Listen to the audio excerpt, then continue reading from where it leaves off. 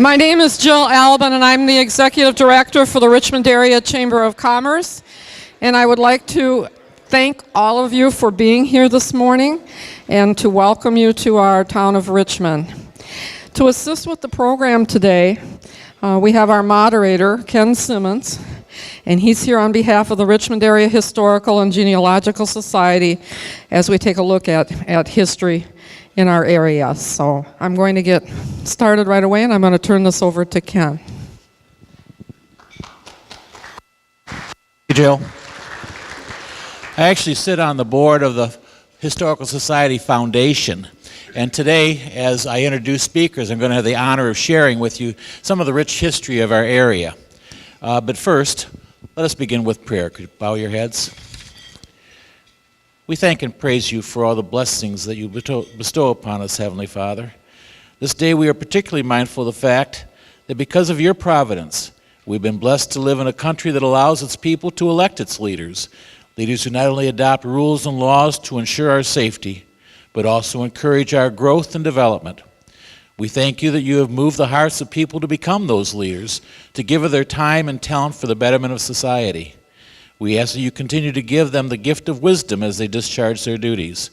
We thank you for these leaders who serve us and for their families who support them in this effort. Finally, we thank you for the food that was provided and the people who prepared it. We ask all this in Jesus' name. Amen. With us today is Brandon DeVos from Boy Scout Troop 245 in Memphis, and he's going to lead us in the Pledge of Allegiance.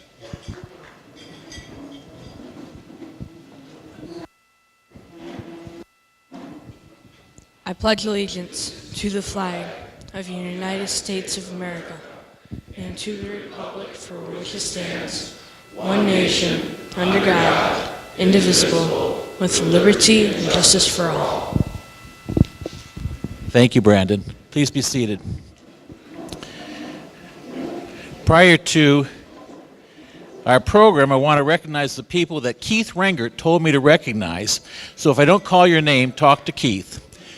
Please stand when I call your name and remain standing until I ask you to sit. I'm going to do about 4 tables at a time. After I tell you to sit down, if you're one of the speakers who are going to speak today, come on up and have a seat at the main table. Keith gave me this list here in 9-point pica print. So I've got to wear the glasses in order to see. First of all, from McLaren Macomb, we have Tim Vargas, Vice President and Chief Operating Officer. Brian, please remain standing so people can see who you are. Brian Balentansky, Mark Hackle, Macomb County Executive, Dr. Patrick McClellan, Ron Trombley, Lennox Township Supervisor, Phil Pavlov, State Senator. From the Richmond Rotary Club, we have Jeff White, Kelly Levati, John Frank, Secretary, Carol Walters, and Candace Miller couldn't be here today, but in her place we have Anthony Forlini from Macomb County Public Works, and Jeff Bohm, Chairman of the St. Clair County Board of Commissioners.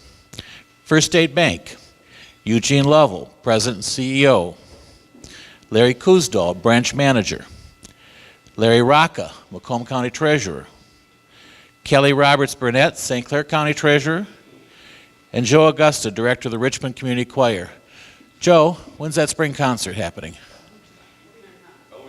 Oh. Spring concert is next weekend, Friday the 27th, and Sunday the 29th. Friday at 7 p.m. and Sunday at 2. And it's all Motown and rock and roll. And we have the Odd Blockers with us, both Kevin and It'll be fun. And then from the Historical Society, we have Christine Rowley, President, Mary Ellen Shepard Logan, John Moore, City Manager, and Peter Lucido, State Representative. All those can sit, and if you're a speaker, please come up. From the Republican Committee of North Macomb County, Rob Montilla, Chairman, Jamie Green, Vice Chairman and a City Council member, Tanya Schutmacher, State Senator and a candidate for State Attorney General, Robert Zalko, Richmond Township Treasurer. Hank Anderson, Chesterfield Township Trustee.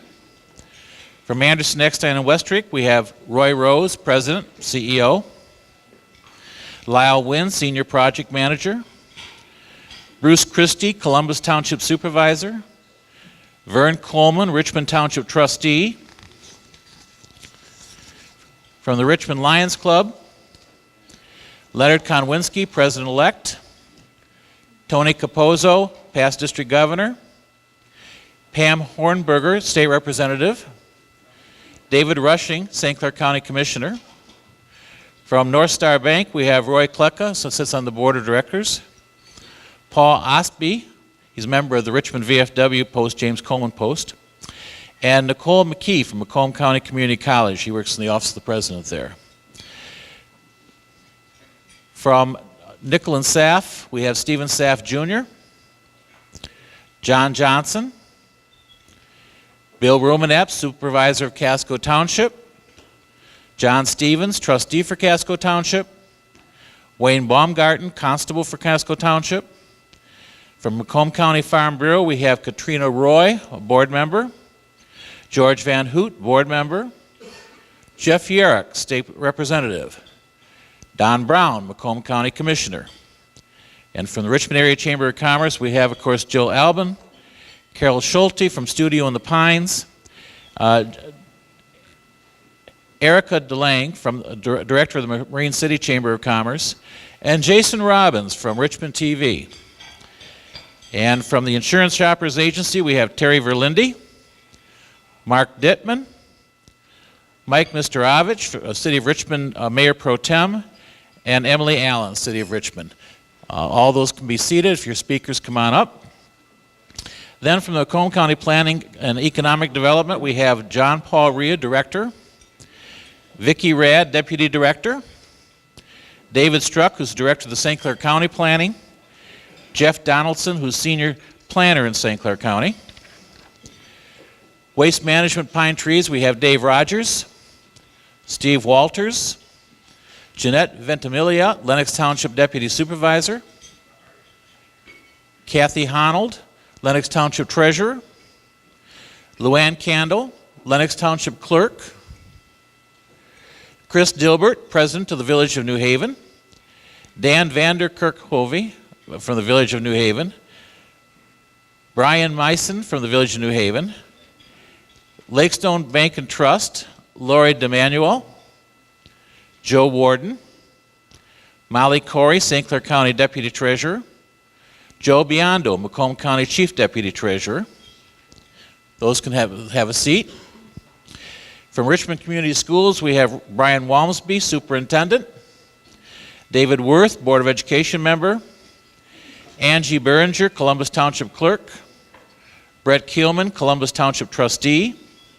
From GFL Environmental, we have Joe Moonham, Cynthia Grenier, Richmond Township Supervisor, Chris DeVos, Richmond Township Trustee, Brandon DeVos, who just led us in the pledge, Max and Sandy Lunzer from Richmond Community Theater.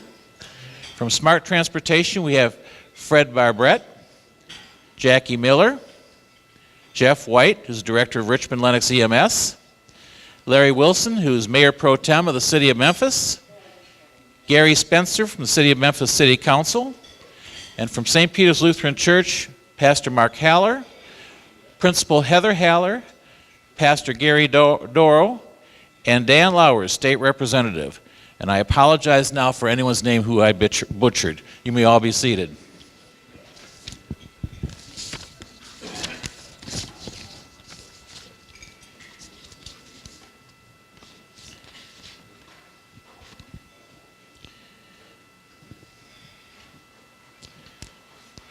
Centuries before any white man ever set foot in this area, an indigenous tribe lived here. They called themselves the Anishinaabe, which in their language meant original man or first man.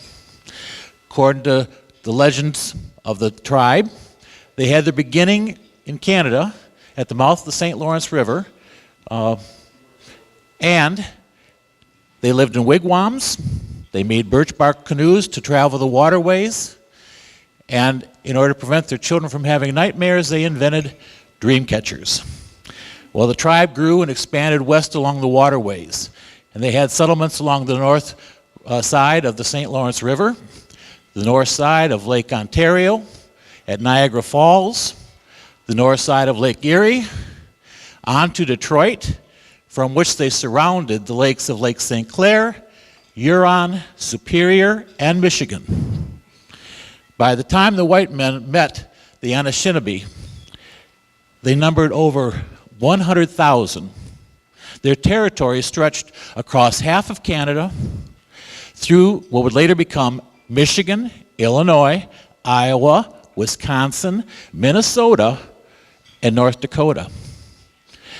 They were the second largest tribe, Indian tribe, in what would later be Canada, and the fifth largest in the United States.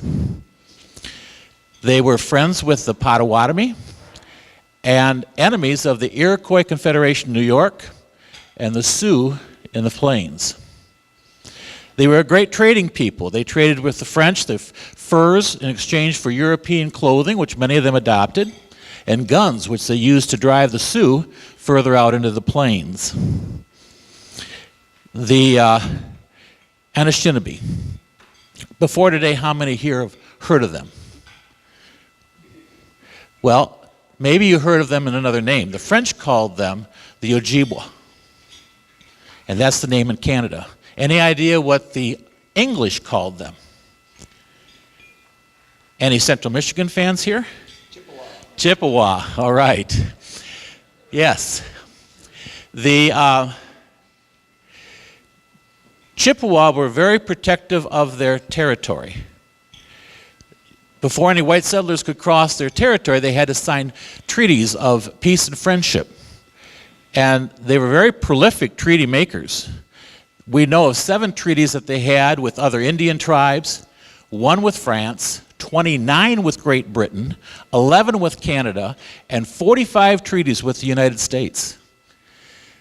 When you realize how protected they were of their territory and how many treaties they have, it kind of makes you wonder how they got snookered out of all their land.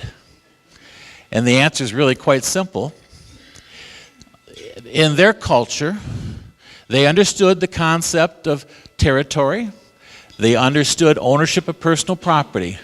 But to their way of thinking, no one could own the land any more than you could own air, water, or sunshine. In 1855, Henry Wadsworth Longfellow published his epic poem, The Song of Hiawatha, celebrating the Chippewa culture. The first white men entered the area as fur trappers in the 17th century. That's the 1600s for you, Keith. The first non-native settlement was made by Moravian missionaries as a refuge for Christianized Indians who'd been driven out of Ohio. They built on the banks of the Clinton River, which was then known as the Huron River. 4 years later, those Indians were driven out of Michigan by the Chippewa. Wasn't their territory, and they didn't have a treaty.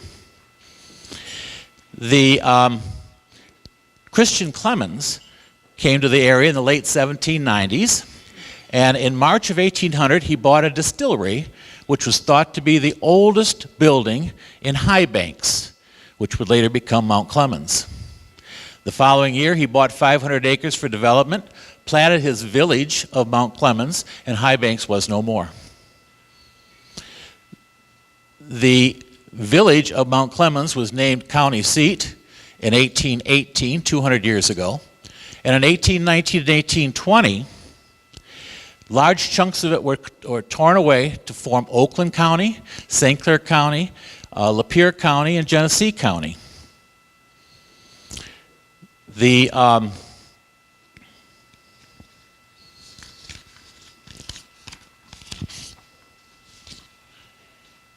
county was named after Detroit-born General Alexander Macomb Jr., who was a hero of the War of 1812. One of the British objectives, in fact, probably the primary objective of the War of 1812 for the British was control of the Great Lakes. General Macomb commanded a unit at Plattsburgh, New York, on the shores of Lake Champlain. The British had already taken Detroit, and they invaded New York with 4,000 soldiers and an armada on Lake Champlain. The armada was defeated, and the army retreated, and Alexander Macomb was a hero. In 1828, he became the commander-in-chief for the whole U.S. Army. In 2010, Mark Hackle was elected the first Macomb County executive after the county voters approved a new charter, and he has served in that capacity ever since. And so here, in Macomb County, Michigan, not Canada, thanks to General Macomb, on our bicentennial year, 200th anniversary, it's my distinct honor and privilege to introduce Macomb County Executive Mark Hackle.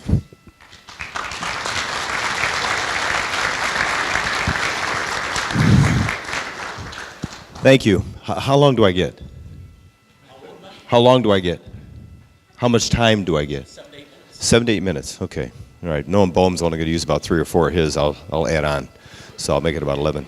Or should I call it Alexander McBohm? How's that? You can rename St. Clair County. I just want to thank you for giving us the opportunity to kind of talk about some of the things going on in Macomb County. And boy, I tell you, there is a sense of pride in what's going on. This 200-year celebration in Macomb County, continuous progress from when it first started in 1818. Being the first ever county executive was not something that was a plan. Obviously, many of you know my prior life as sheriff, I actually adored that job, 30 years of it. But moving forward into this new form of government, I've come to the realization the important aspect of a government and working with its people or the communities, and in here we have 27 distinct communities that make up Macomb County. The real, I think, connectivity and the interest that I had in taking on this new role was taking a look at not only where we're at currently, who are we, what we're all about, and how do we move forward? How do we continue that progress to see if there's a way of making it even better for people that want to make Macomb their home? And as a kid who was born and raised there, I come to the realization, you know what, there's nowhere else I'd rather be. Although the weather becomes somewhat problematic and our roads are a little bit challenged, we have some great things to offer in Macomb County. And with that being said, I tend to look at the services we provide within the county government, and I come to realize that it's oftentimes, I think it's the public officials who create some of those, if you will, barriers, or what I call bureaucracy. It's not the people working within the organizations, and I say that for this reason.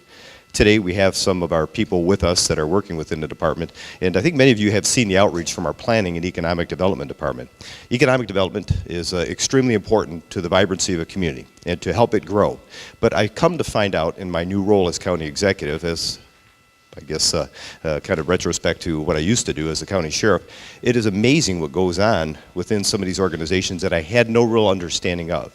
I look at what's going on with planning and their connectivity to every facet of what's going on in the community, whether it's our educational partners, dealing with our schools, the K through 12, be it public and or private, working with our ISD and Macomb Community College, and if I may put a plug in for Macomb Community College, they do have an initiative on the ballot, and it's going to be in May, and it happens to be a millage, and this millage is basically a renewal, okay, to get them to where they once were.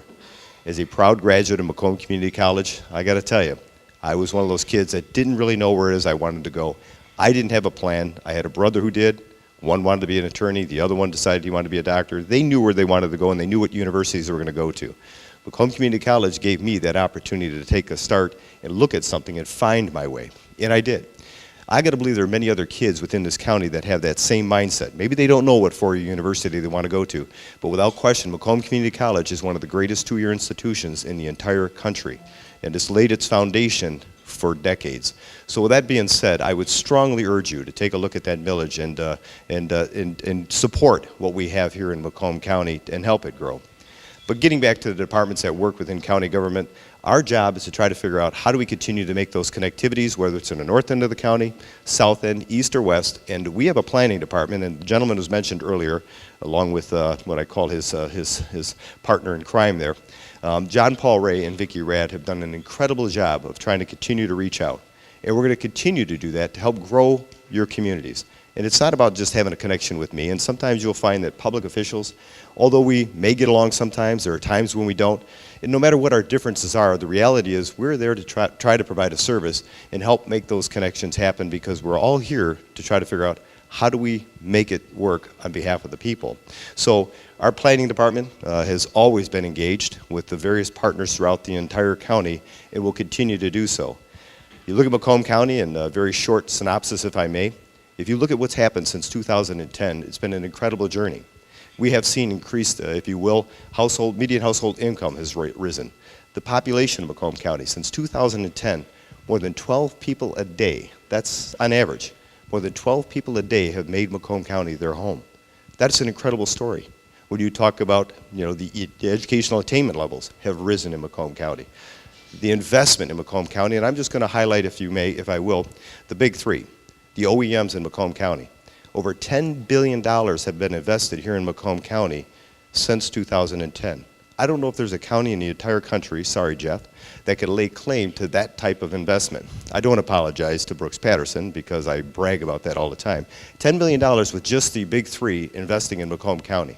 Now if you start thinking about manufacturing, small business, add into it our defense industry, agriculture, there's an incredible amount of, if you will, economic activity happening in the county and the growth that goes along with it. So we've been very fortunate. We're going to continue to foster that. We're going to continue to try to figure out how do we enrich people's lives with not only what we're doing as far as the investment, but the quality of life. Because let's face it, that is another reason, and probably a main reason as to why people decide to live where they do. Good educational systems, making sure that we have the opportunity to have jobs in and around our backyards, but with that, the quality of life assets that we have. And we're going to work on what we're trying to call, or what we continue to call, this Blue Economy Initiative along with our Green Economy, making sure we're creating the trail systems that people would like, enjoying a better quality of life with access to our waterways. And with that being said, I have to at least kind of announce what I think has already been pre-announced, but there is an opportunity that we're tying in with the zoo, and that's a zoological authority. And we oftentimes support many initiatives, if you will, within the region, whether it's COBO, the Detroit Institute of Arts, making a connectivity to try to figure out how do we invest in what's going on with the zoo. Well, we're finally getting back. And when I say getting back, we're getting back from the Zoological Authority. They've reached out, and with the support of Candace Miller, who sits on that board, we have come to an agreement where we're going to be seeing an outreach center here in Macomb County. That center is going to be basically, I call it an aquarium, but I'm not allowed to call it an aquarium because apparently that's coming somewhere else in the city of Detroit. But here in Macomb County, we're going to be seeing a large investment taking place. I do believe, 99.9% certainty in my mind, that it's going to take place somewhere on a waterway. It's going to be close to, I believe, Lake St. Clair Metro Park. This is going to be an incredible asset that we haven't seen before because of that partnership we have with the Zoological Authority. So a lot of things are happening. I could probably go on for the next hour and a half. I'll try to keep it within that 8 minutes, and I think I'm close to that. But I just want to thank you for your continued, not only investment for the business sector, those of you that are from the government entity, to continue working with us, even though sometimes there may be challenges with personalities, to try to figure out how do we do the best we can on behalf of the people that are expecting us to try to figure out how do we get along just to make sure we can move it along. So thank you very much, and I'll allow the next speaker to speak. Thank you.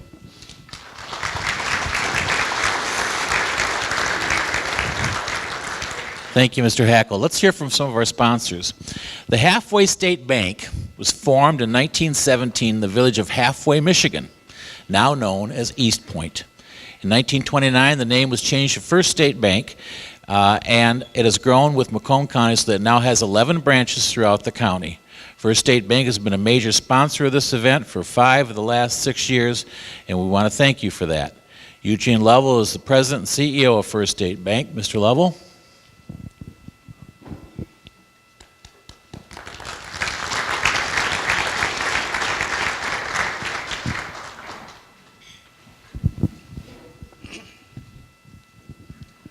Good morning.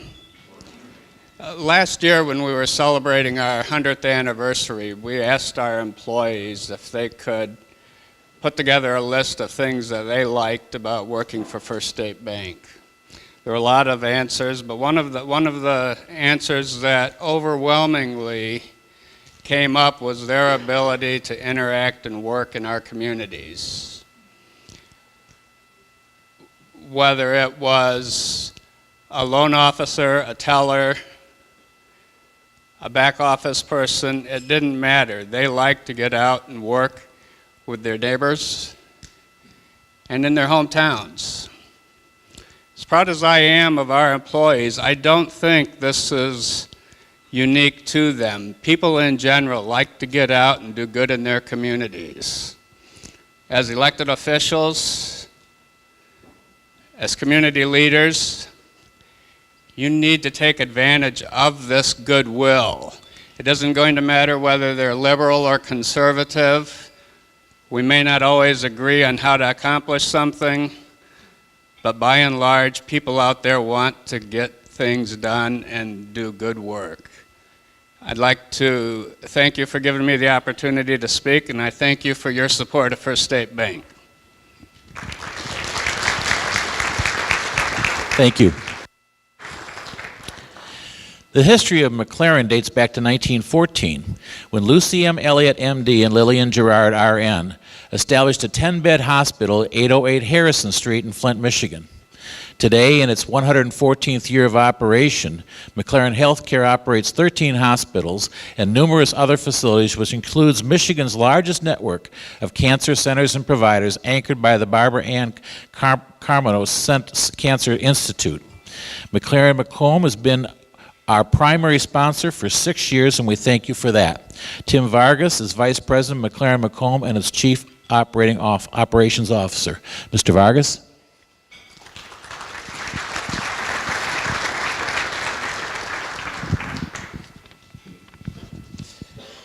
Good morning, everyone. First, let me say it's an honor and a privilege to be here representing McLaren Macomb this morning. We are proud to be a long-standing, prominent member of this community. And as a healthcare provider, we take our mission seriously, that mission being to provide healthcare to the citizens of this great county.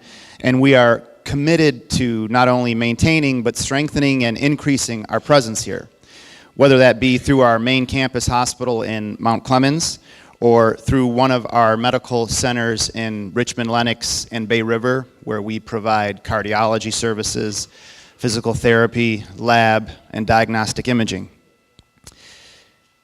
Recently, we celebrated several great firsts, advances in treatment and technology across McLaren, Macomb, and its outlying medical centers. Following the trends in Macomb County, we see the population increasing, with an increasing number of baby boomers reaching retirement age, and we believe we are well suited to support the growth of this population well into the future. Now, as I stated, we recently celebrated some great things in science and technology at McLaren Macomb, including actually the first ever in Macomb County TAVR procedure. TAVR stands for transcatheter aortic valve replacement. This is a minimally invasive procedure where doctors enter the groin with a catheter and can replace damaged aortic valves inside the heart without having to do the form of traditional open heart surgery, where your sternum is actually cracked, sawn open, and the chest cavity is open, and the valve is replaced that way. So imagine having the opportunity to avoid that invasive procedure, which typically can be several day hospital stay, to going in, having a procedure done, and walking out of the hospital in a matter of a day. And this treatment for TAVR is something that is offered to patients that, due to several other comorbidities or disease states, would not make them a candidate for open heart surgery. So we're very proud at McLaren to be one of the first in Macomb County to provide this. In addition to TAVR, we're also proud of our neurointerventional program. So neurointerventional procedures are done by physicians who specialize in disease states and failures of blood vessels in the brain.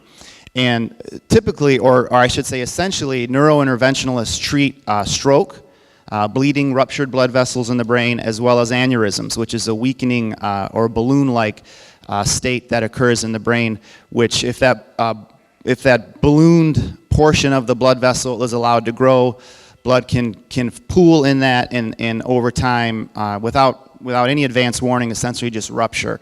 And that causes the bleeding in the brain, which is known as a hemorrhagic stroke.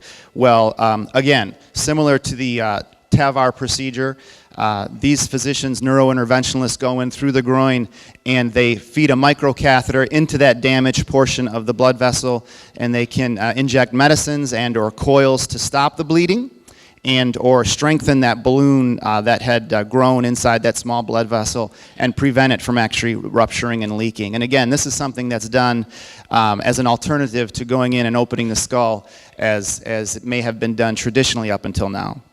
Very, very proud of that. In addition, we just opened Macomb County's first epilepsy monitoring unit, and we're proud to have on our medical staff at Macomb a nationwide renowned epileptologist who specializes in epilepsy. We have a special wing of the hospital dedicated for patients who come in, where we admit them. These are patients who have known epilepsy and suffer from seizures, and we connect them to monitoring equipment for up to as long as 4 days. They are monitored not only from a video perspective, but they're connected to electrodes that can monitor brain activity. And then the physicians actually take these patients off their epilepsy medicines because we want them to seize. We want them to seize so we can watch, record it, again, not only on video, but record the brain activity so we can actually determine the origin, the cause, and the seriousness of the seizure. So what we know about epilepsy is it's the elderly is one of the fastest growing populations, as we stated earlier, and epilepsy is a very common neurological condition of these individuals, often related to stroke, Alzheimer's. These are risk factors that increase these patients for seizures and epilepsy. And once again, McLaren-Macomb, very proud, first in the county to provide this high level of epileptology and monitoring devices. Also, we're very proud that the most recent news is that very soon, as a matter of fact within a week, we'll be breaking ground on our new 5-story Northwest Tower addition at the main campus, McLaren-Macomb Hospital in Mount Clemens. It's a 5-story, $142 million investment. And the first phase of it, $68 million, will be invested to design a new emergency department and trauma center. So this new emergency department will be state-of-the-art. It more than doubles the current size of our emergency room in Mount Clemens, and it's designed for high capacity. We'll have additional ambulance entrances, which actually, if you're familiar with the main campus in Mount Clemens, the current emergency room entrance is off of Harrington Avenue. We're a trauma center, so a lot of activity, a lot of ambulance activity, which actually faces our neighbors across the street on Harrington, which ideally is not the best place to be, the best environment. Certainly not some place where you'd want to sit on the front porch on a summer day with your grandkids enjoying lemonade, watching the ambulances line up to unload trauma victims. Not something that we're proud of, but a definite service that we have had to provide over the years, or we provided over the years. This new center will now have ambulance entrances in the back of the facility, so we remove all that activity from Harrington Avenue. We'll have a state-of-the-art graduate medical education center for residents and fellows. We're trying to recruit and keep the best new physicians going into the future. We'll have a new surgical suite on the second floor, and floors 3 through 5 will become private rooms. That's right, private rooms and an ICU. So very pleased that that's coming soon. Otherwise, I just want to once again thank everybody for their support over the years. And McLaren-Macomb looks forward to maintaining the health and wellness of you and your family for many years to come. Thank you very much. Thank you, Mr. Vargas. Is Jeff White here? Is Jeff White here? Oh, good. Come on up, Jeff. Rotary International began in 1905 in Chicago when attorney Paul Harris created an organization of professionals with diverse backgrounds to exchange ideas, form meaningful lifelong friendships, and give back to their communities. The Richmond Rotary was established in 1929 and supports both local and international projects such as the Salvation Army, the local food pantry, and it provides area students with scholarships on an annual basis. We want to thank Richmond Rotary for your sponsorship of this event. Jeff White is a past president of the Richmond Rotary Club. Mr. White. Thank you, and since you just said everything I was going to, here I can just drop the mic and I'll get off the stage and we'll get out of the next speaker. Wow. So I think I had a bit of an anxiety attack coming here this morning because had somebody said to me 30 years ago, I'd be standing in front of all of you this morning discussing the history of Rotary, I would have laughed and said, what's a Rotary? So in the theme of this morning's breakfast, I started thinking about this as I drove here and realized that after 30 years of marriage, 40 years on the job, my 50th birthday, becoming a grandfather and all this white hair, I never felt old until today. Then, unfortunately, history was the only class I ever passed with a cheat sheet. So, Brian, I'm sorry as a school teacher, but I'm going to use some notes this morning to kind of go through this. You already covered a whole bunch of it for me. So, y'all heard about how Rotary started in 1905. What you might not have known as Rotary really just started as a social experiment, a social club, if you will, and it became known as Rotary because they rotated where the meetings would be. In 1906, its founder, Paul Harris, decided maybe Rotary needed a greater purpose, and in 1907, the group that now called themselves Rotarians decided that they would come up with a service project for the community, a civic project, something they could all be proud of. And so they decided to place public comfort stations in downtown Chicago. It was an ambitious undertaking in 1907 since there were few homes with running water and even fewer with public sewers.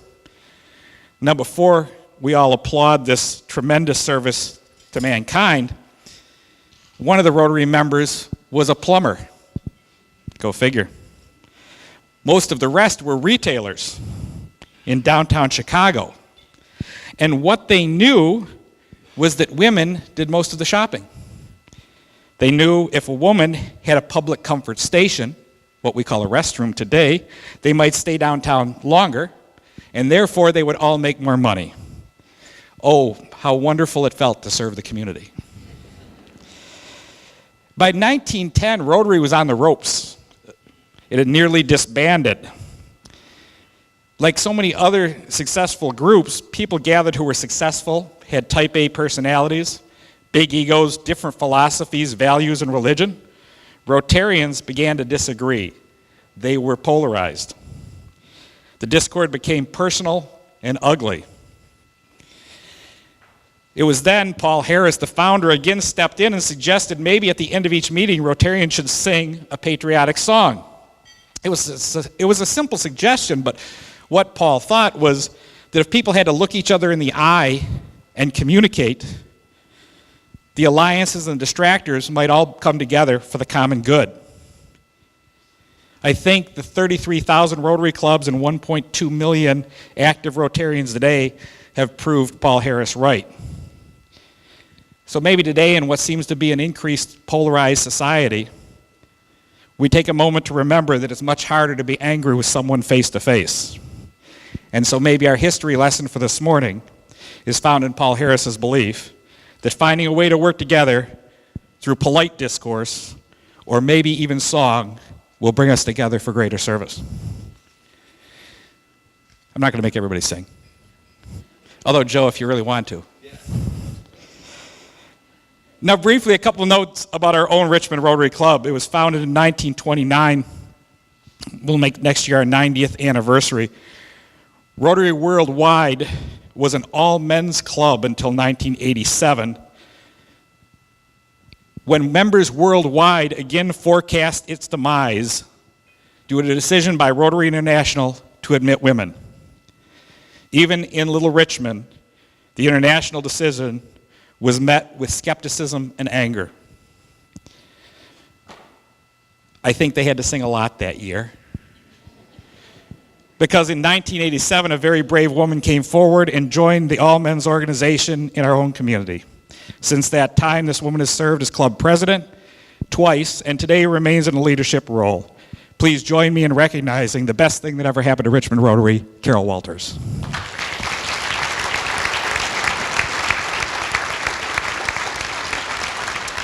Now, over the past 10 years, Little Richmond Rotary Club, under the leadership of women like Carol, Linda, Kelly, Beth, and others, has raised over $300,000, donating these funds to 100 different local and international charities From food pantries in New Haven and Richmond to robotics teams in Armada and Memphis, as well as disaster relief throughout the nation and the world. Funds are raised by Rotarians who spend much of their August and September in our iconic food trailer, constructed by Don Foster, and known by those who attend the Armada Fair and our old good old days as the Red Barn. The Richmond Rotary Foundation, established in 1989, has provided $250,000 in scholarships to Richmond High School seniors. Since 2012, and thanks in no small part to another two strong Rotarian women, Denise Mission and Linda Reitz-Call, the Richmond Rotary has hosted a golf outing fundraiser whose $100,000 in proceeds have benefited the Great Lakes Burn Camp and many veterans charities. Ladies, thank you very much for all your hard work. This year, by the way, our outing is May 21st. I'm told there is 5 spots for teams remaining. And so if you're sitting with a Rotarian at your table or you know one, maybe I'll have them all stand up just real quickly, in fact. Can the Rotarians really quickly stand up? See one of these folks, they'll help you get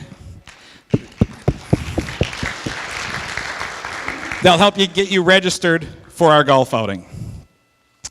So why do I really tell you all this today? And why does Rotary help sponsor today's breakfast? By the way, I'm going to figure out how to get Rotary's tablecloth here to the middle in front of McLaren here very soon. It's not because I want to beg you for money. For the most part, we've already done that, and most people know in the community we're pretty darn good at it. It's to beg you for your participation. Our club meets every Tuesday, right about noon, in the room right next door. We have lunch, we talk, we sometimes disagree. We don't Facebook, we face-to-face. So here's the beg.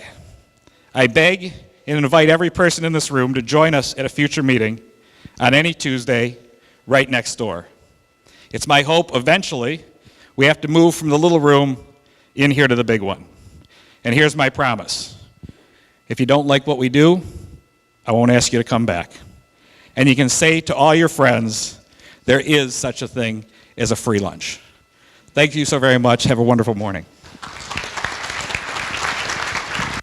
Thank you, Mr. White. Chris, want to come up?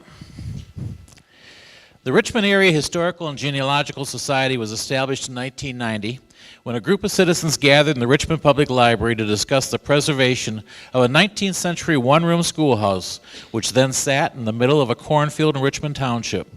With the acquisition of this building and property provided by the City of Richmond, the historic village at the Eugene H. Bailey Memorial Park, which continues to expand, became a reality. Christine Rowley is president of the society, which we commonly refer to by its initials, RAGS. Ms. Rowley.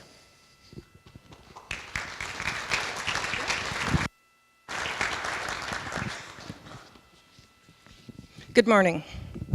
The Richmond Area Historical Society is participating in a program, a countywide program, that will promote the history of Macomb County during this 200th anniversary. It is called the Feed Your Hunger program, and it is a passport which looks like this, like a regular passport. And through this program, if you participate, you will have a free meal at any of the Culver's locations in Macomb County if you visit 7 historic sites in the county. Those historic sites are listed in the passport, and all you need to do is visit one of those sites, get the stamp, and after you get 7 of them, take it to a Culver's restaurant and you'll have your free meal. So you are not only feeding your hunger, but also feeding your hunger for history of Macomb County. To get one of the passports, the rule is that you must visit one of the sites in Macomb County. However, since you're here this morning, we brought our Richmond Historic Village to you. Perhaps you saw it when you came in the door. It's in the lobby. It's a diorama of the buildings that we have at our village. So I'm going to just bend the rules a little bit. If you would like a passport, I will give one to you as you exit today. Mary Ellen and I will be there with the passports. We'll give you a passport if you promise to either drive by the village on your way home or come to visit the village sometime during this year. The passport program ends at the end of 2018. So we encourage you, of course, to visit this gem of Richmond and of Macomb County, and we'd be pleased to give you a tour anytime you stop in. But in the meantime, if you cannot do that, and just give us a promise, I'll give you a passport. Thank you.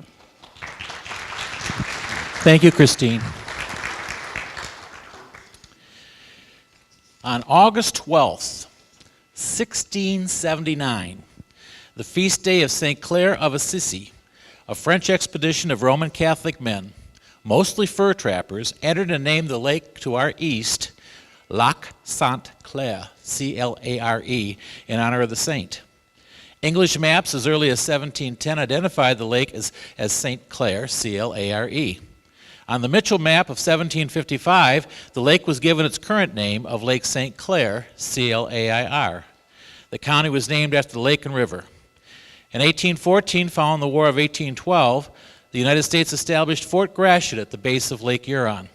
French colonists had a temporary trading post and fort at this site in the 17th century, but this developed as the first settled European-American population in the area. Until 1836, an Ojibwa reservation occupied part of the modern area of Port Huron. They were removed to west of the Mississippi in Minnesota and Wisconsin. In 1871, the state Supreme Court designated Port Huron as the county seat of St. Clair County, but on October 8th of that year, the city, along with large portions of Huron and Sand Del Lac counties, burned in the Port Huron Fire of 1871. A series of fires leveled Holland and Manistee, Michigan, as well as Peshtigo, Wisconsin, and Chicago that same day. The Thumb Fire that occurred a decade later also engulfed Port Huron. After each fire, the city, like the mythical phoenix, arose from the ashes to build again. Jeff Boehm has served on the St. Clair County Board of Commissioners for 14 years and has served as chairman of that board for 8 years. Mr. Boehm.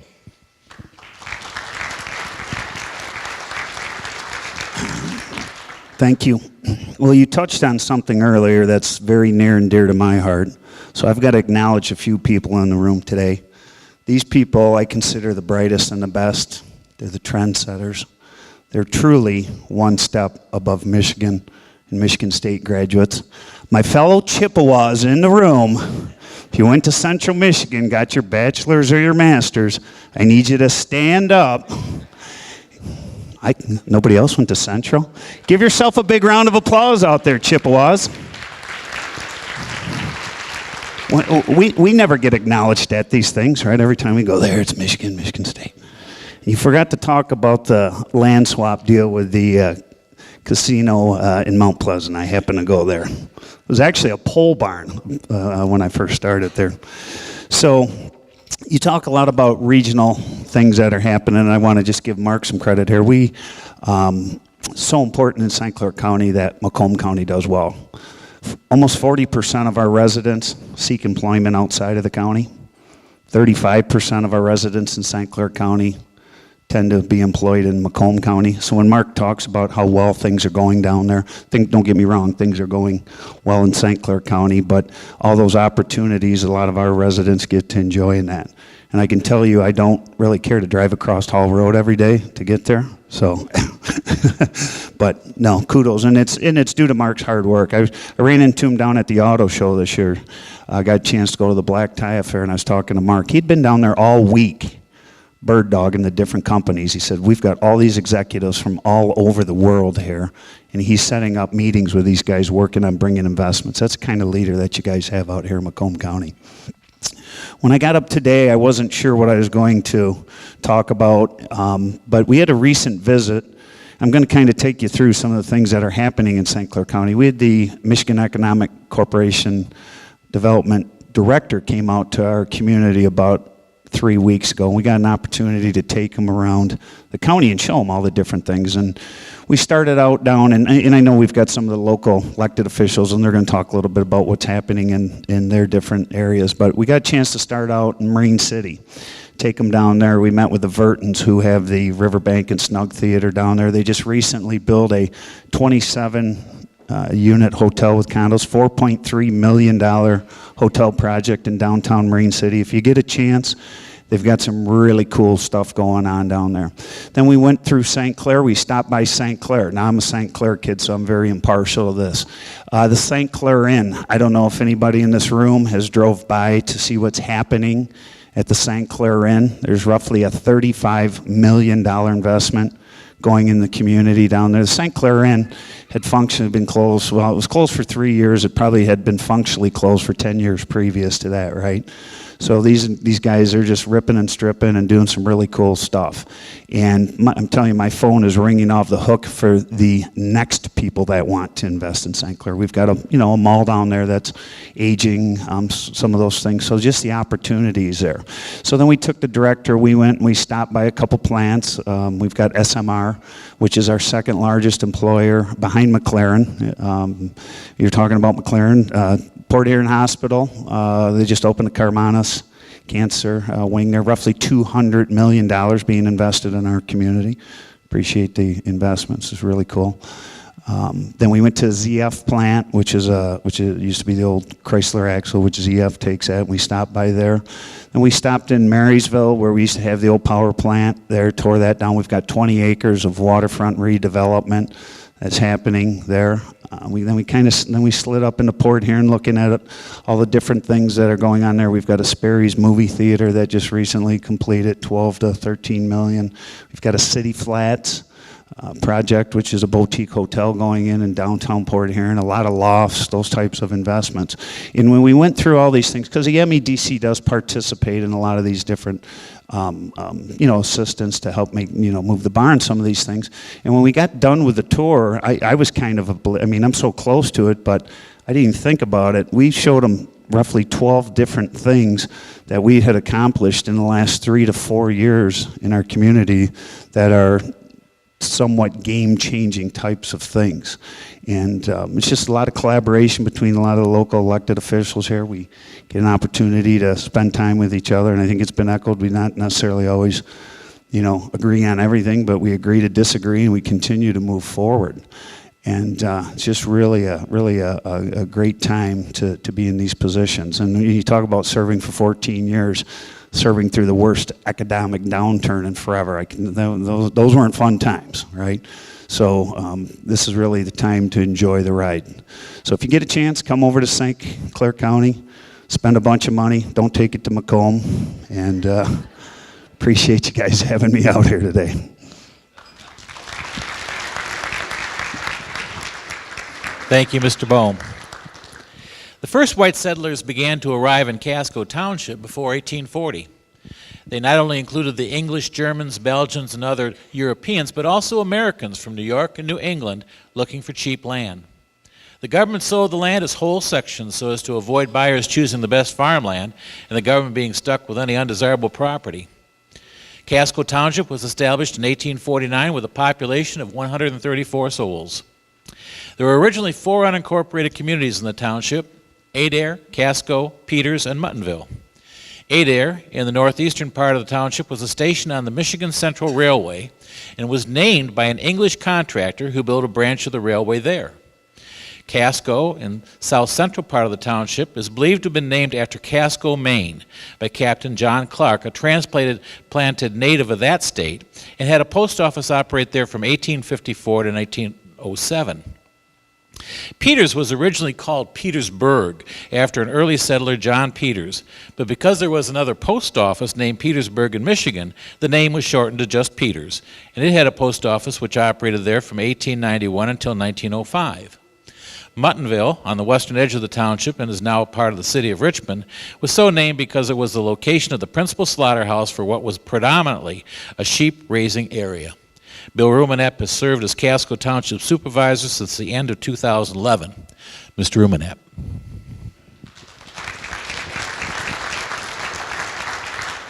Thank you. Good morning.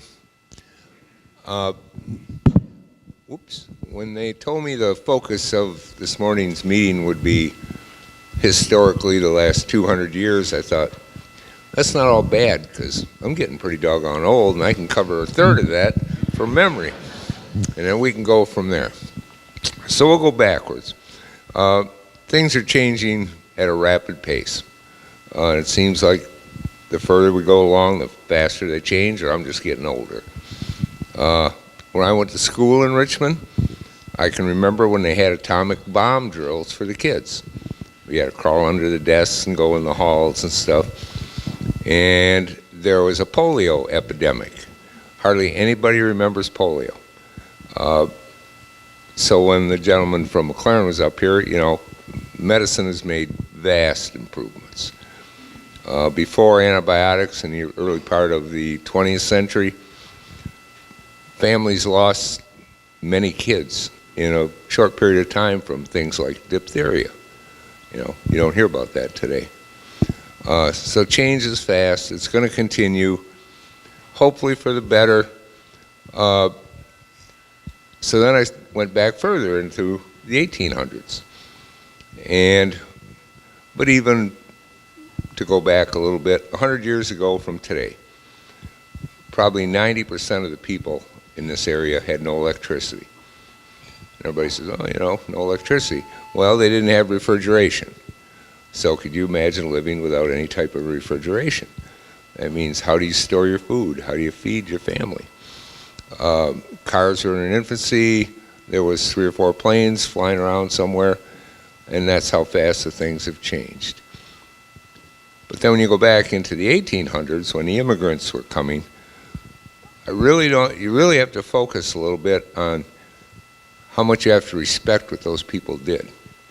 Could you imagine taking your family, going to another country, probably didn't have little if any money, you didn't know what you're going to find there, and if you didn't find work, you weren't going to eat, and if you didn't eat, you starved to death. There was no programs at all. Many were farmers. Now everybody's, I assume, even though you guys are here from all over Macomb County, everybody's seen a large woods. Well, back in the early part of the 1800s, everything was woods. So here's a man wants to farm. What's he have to do? He has to clear the woods. So if you can think what it would take, the effort amount and work amount of time it would take to clear woods by hand with no power equipment, no tractors, no anything, thousands of stumps. You got to dig them by hand, pull them out with a horse, just so you could raise enough food to feed your family. The amount of work and effort put in by those people is unbelievable. There was, throughout the 1800s, there was still Indian camps in Casco. The story in our neighborhood was that in the late 1800s, they were raising a barn, and one of the farmers broke his arm, and there were no doctors. So they went over to the Indian camp, which is about a mile away, and the Indians wrapped it up with rags and soaked it in molasses, and when the molasses dried, they had a cast, and that's how the Indians did it. So, you know, and that's not that long ago, 150 years.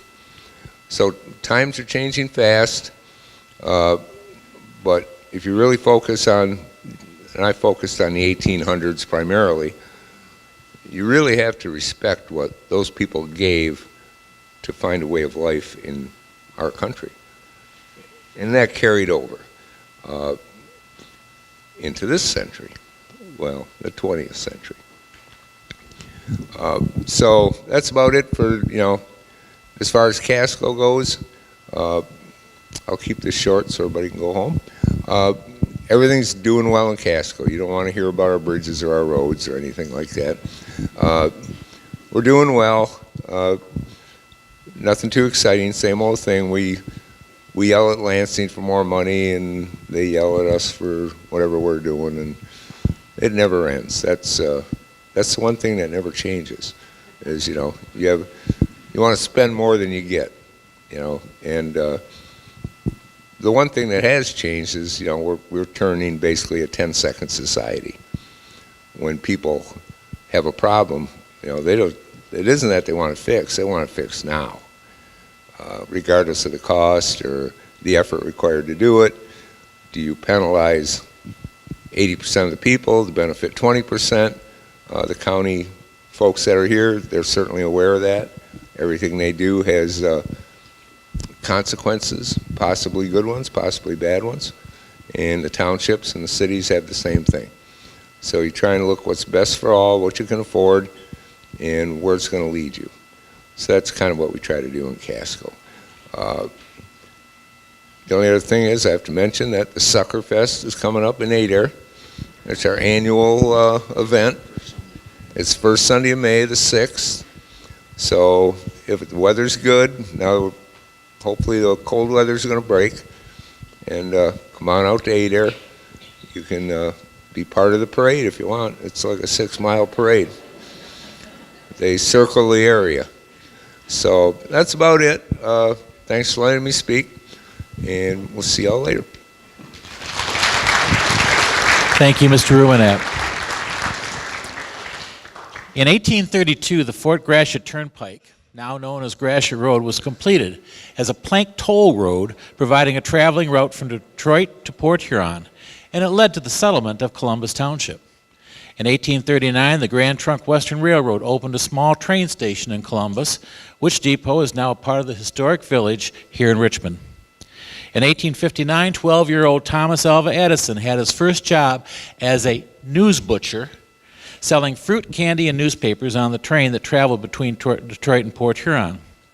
In the early to mid-1800s, first the Michigan Territory and then the state of Michigan were crisscrossed by railroads, the tracks of which were actually easier to build than roads, and the trains were the most efficient way to move lumber, agricultural products, and other goods. On a personal note, my grandfather owned a farm on Smith Road between Mescal and Crawford Roads, just off Hessen Road. My grandfather labored on the paving of Gratiot Road in the 1920s, and a railroad spur was installed along Hessen Road, transporting men and materials from the Columbus Depot to the worksite. My uncle told me about how, as a boy, he would ride that spur to take my grandfather his lunch or to catch a ride home with him at the end of the workday. Columbus Township Supervisor Bruce Christie has held that office since 2012. Mr. Christie?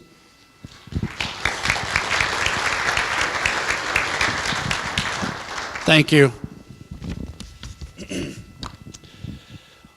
Well, I was asked to come here to speak today about a historical perspective of the Columbus Township area, and since I was pretty young 200 years ago, I might not have all my facts straight, but here goes. I'll touch on what I can. St. Clair County area was inhabited by the Meskwaki people when the French people first explored here. By the early 1800s, they had migrated westward, and the Wyandotte people and the early Americans had settled in around the area. In what first became known as Columbus Township, the reason they settled here was for primarily two reasons: the government policy, the laws, and the geography and the transportation. Columbus Township was established by an act of the Michigan State Legislature on March 11th, 1837. That was just a month and a half after Michigan became a state. It was split off of Clyde Township into 37.2 square miles, and its first supervisor, Theodore Bathy, and the township was named after Christopher Columbus. You might have heard of him. He was an explorer. Andrew Jackson, our 7th president, was just finishing up his term, and Martin Van Buren was taking over. Michigan governor at the time was Stephen T. Mason. There were 26 states then only, and the first electric motor was patented that same year. Some of the terms you would hear around that time, because language changes and slang and such. I just picked out some of these. I thought they were cool. A huckleberry. If they called you a huckleberry, you were the guy to get the job done. Or if you were a daisy, they'd go, "You're a real daisy there." That means you're the best. You're the best at something. Or a corker. That's what ends a debate. If that's a corker, that's finishing it up, popping the cork in the bottle. Or the biggest toad in the pond. You're a real important man around here. or border ruffians. Those were all the guys that didn't live in town. Or a doggery was a dive bar. Gutter snipe was a homeless child. No count, we still use that. You no count, you were no good for anything. Or if you were in a pucker, you were pretty angry. And how about, I'm going to roll you up Salt River. You're fixing to get beat up. So unlike now, it was almost like a whole other language. Back then they used a grid land survey system that they implemented for the purchase of all the property in the land. They made 640-acre parcels, which were like a mile by a mile, and people had to buy them in that size so that they didn't end up with good land and then a bunch of junk land left over, so everybody had to get a little bit of each. In 1837, in Columbus, there were 20 resident landowners and a recorded population of 85. By 1845, it had grown to 315, and by 1880, it was up to 1,327. Things that helped the growth in our area were the opening of the Erie Canal in 1825, which made the St. Clair River an access point. The creation of the Gratiot Turnpike in 1832, which is now known as Gratiot Road, and the Grand Trunk Railroad, which ran right through Columbus, going from Port Huron to Detroit. In 1839, they opened a small depot right in downtown Columbus. And in 1891, the Grand Trunk Railroad had the first international crossing under the St. Clair River, connecting Port Huron and Sarnia. Today, the population of Columbus exceeds 4,600 people. There's over 1,600 homes. We have two parks, the Columbus County Park and the Bell River Roadside Park on Gratiot. We also have easy access to I-94, I-69, the Blue Water bridges. We have growing cities all around us: Richmond, Marysville, St. Clair, Port Huron. And now here I stand, the latest in the long line of Columbus Township supervisors, taking my place in history and trying to make Columbus a better place to live. Thank you. Thank you, Mr. Christie. Lenox Township was organized in 1837. The name Lenox was suggested by Israel Dreyer, one of the three oldest residents of the township who were selected to choose a name for the township. Before it was known as New Haven, the village, which was organized in 1869, was known as New Baltimore Station. An early piece of Lenox Township history is preserved in our historic village in the form of the Donnelly log cabin. In 1850, Irishman John Donnelly and his wife Ellen built a log cabin on a piece of property alongside what is now 29 Mile Road just east of Gratiot. No road led from Gratiot to their property, but that didn't stop these early settlers from cutting a path, clearing the land, and felling trees to make a home for their family. In 1931, grandson Hugh Donnelly preserved the cabin with a new foundation and new mortar between the logs. Then in 1972, the great-grandsons took the cabin apart, numbering each log, and rebuilt it using the old mortar mixed in with the new. The Donnelly family donated the cabin to the society in 1997, at which time it was moved to its current location. Lenox Township Supervisor Ron Trombley has served in that capacity since November of 2008. Mr. Trombley.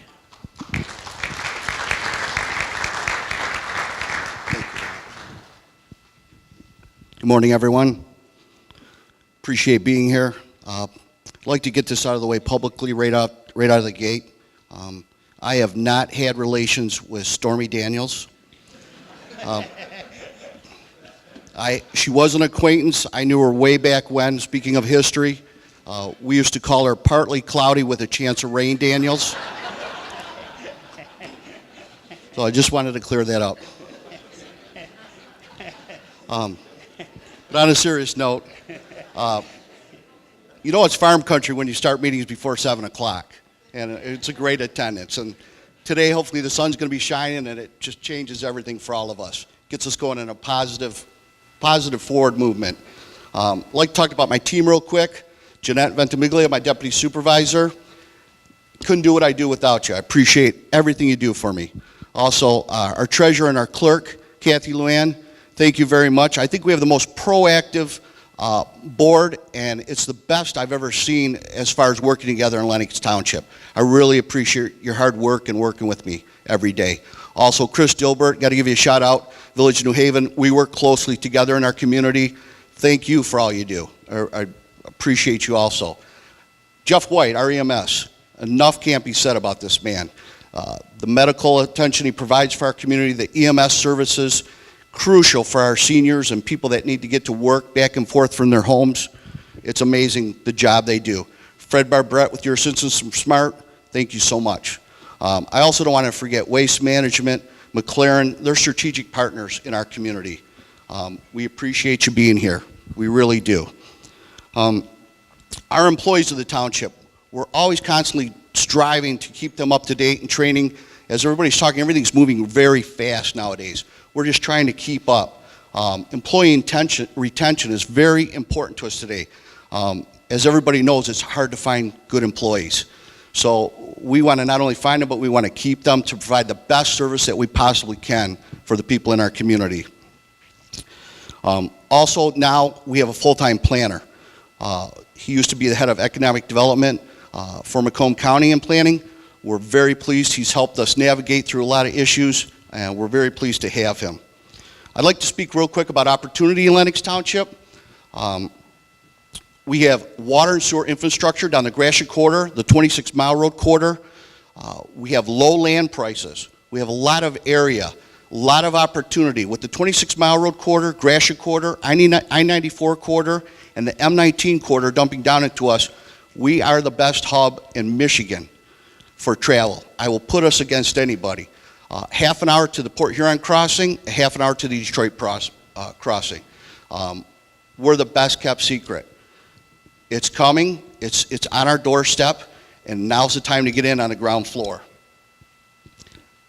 I want to talk about a big issue that's hit Lennox Township, medical marijuana. By a show of hands, has anybody tried marijuana in the room? Nobody?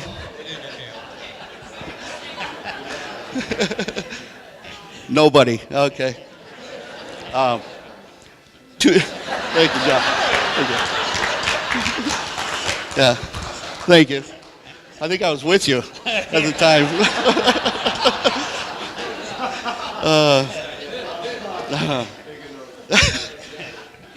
Mark, you were there.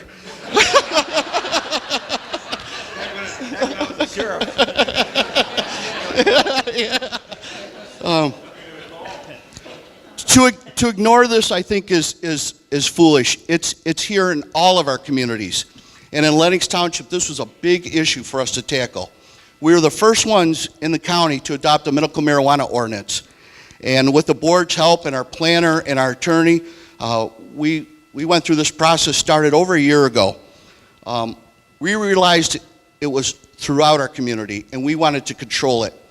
We did a series of meetings, 6 meetings in total, and we were just blown away. We can almost say we had 100% support from our community, the business community, people who wanted to get into doing this at all of our meetings. We thought at first it would be about a 50-50 split, but I can tell you it was overwhelmingly. Everybody had the support, everybody had the same message. They would like to see it out of residential areas and in controlled commercial industrial sites that we can monitor. Right now, it's throughout our residential areas, in places, people's basements, next to kids. We don't want it near our children. It's here. Just as yesterday, the FDA advisory panel approved medical marijuana for epileptic and pediatric care. So it's not going away. So we have to deal with this issue. And by what we're doing, being proactive, I hope we're dealing with it correctly. It's uncharted territory. We're going to do the best we can. We received 55 applications during our application period. In 2 days, we took in almost $250,000 in revenue in pre-application fees. Some of our property prices, just in one example, we had a piece of property we valued at $43,000. That piece of property sold for $430,000 because it was one of the areas that we thought could possibly be for marijuana. We also have a landfill. What do you put next to a landfill? Possibly a marijuana grow. things that aren't going to stigmatize the area any more than they already are. One of our big concerns is odor. We intend to control that as much as possible. But these are issues that it's not fun to deal with, but you got to get through them. Like I always said, if you got a frog to eat, don't look at it too long. We have to deal with this problem. And hopefully we're doing the right thing. So I appreciate the board for working on this. Improvements. We're set to do a water line improvement, $1 million improvement, first one in a long time at no expense to the township, to service our customers even more, to create redundancy within our water, so that if we do get a break, people don't go without water. Our park, we're looking finally to put permanent restrooms in our park for our residents to enjoy, and people from out of the area, sports teams, our fields, our sports fields get a lot of use, and we're very proud of our park. Our senior center has grown. We've got a new senior director. She's doing a fantastic job. We invite any seniors to come join us on Wednesday. They're doing great things and having a good time. Our equipment we're updating. We're trying to keep everything as new as we possibly can in working order on tight budgets. We don't want to raise taxes. We want to do the best with what we have, but we also want to maintain what we have. And once again, I just want to thank all of our residents for supporting us, for being involved in this business community. We couldn't do it without you. We understand time is money. We want to help you through any process that we can in the most timely manner we possibly can. And if we're not, please let us know. If there's an ordinance that isn't working or something needs to be changed, we need your feedback to help you. That's what we're supposed to be there for. So let us know. We want to do good things in the community, and with your help we can. So thank you once again for having me here today. I appreciate it, and hope you have a great day. Bye now. Thank you, Mr. Trombley. In 1787, Congress enacted the Northwest Ordinance to provide a structure for settling the territories of Michigan, Ohio, Indiana, Illinois, and Wisconsin. That was the law that divided Michigan into 6-mile square townships and reserved one lot in each township for a public school. In 1835, Daniel Hall, originally from Connecticut, was the first settler in the area and cut the first road through the wilderness following an Indian trail from Gratiot Turnpike to his property about 2 miles north in order to get his team of oxen and wagon through the woods. Today we call his road Main Street, and the location of his property, the Richmond Cemetery. The first school district was organized April 7, 1838, when 5 students, under the tutelage of Miss Mahala Weeks, met in the home of Daniel Hall. A one-room schoolhouse was built the next year. The tomb of the unknown soldier in Richmond Cemetery sits on the location of that original schoolhouse. Although public education was offered, it was not compulsory. In 1850, less than half of American children were enrolled in schools, and the average student only attended 78 days a year because students took time off to work on farms, children were more susceptible to long-term illnesses, and bad weather could keep children home in the era before school buses. In Richmond Township, the first schoolhouse was built in 1855, but it was replaced with a larger structure in 1885. It opened in 1886 with 44 students and continued to operate until the residents of the school section district voted to annex with the Richmond School District in 1952. That same schoolhouse now sits in our historic village and is used for school field trips, meetings, and weddings. Richmond Township was named after a township with the same name in Ontario, New York, part of the Finger Lake region of that state.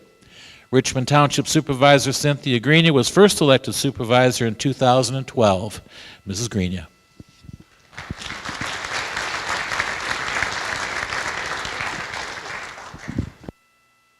Everyone, first of all, I just want to let you know when this all started and Keith had contacted us, he did tell us it was supposed to be about our history of the township.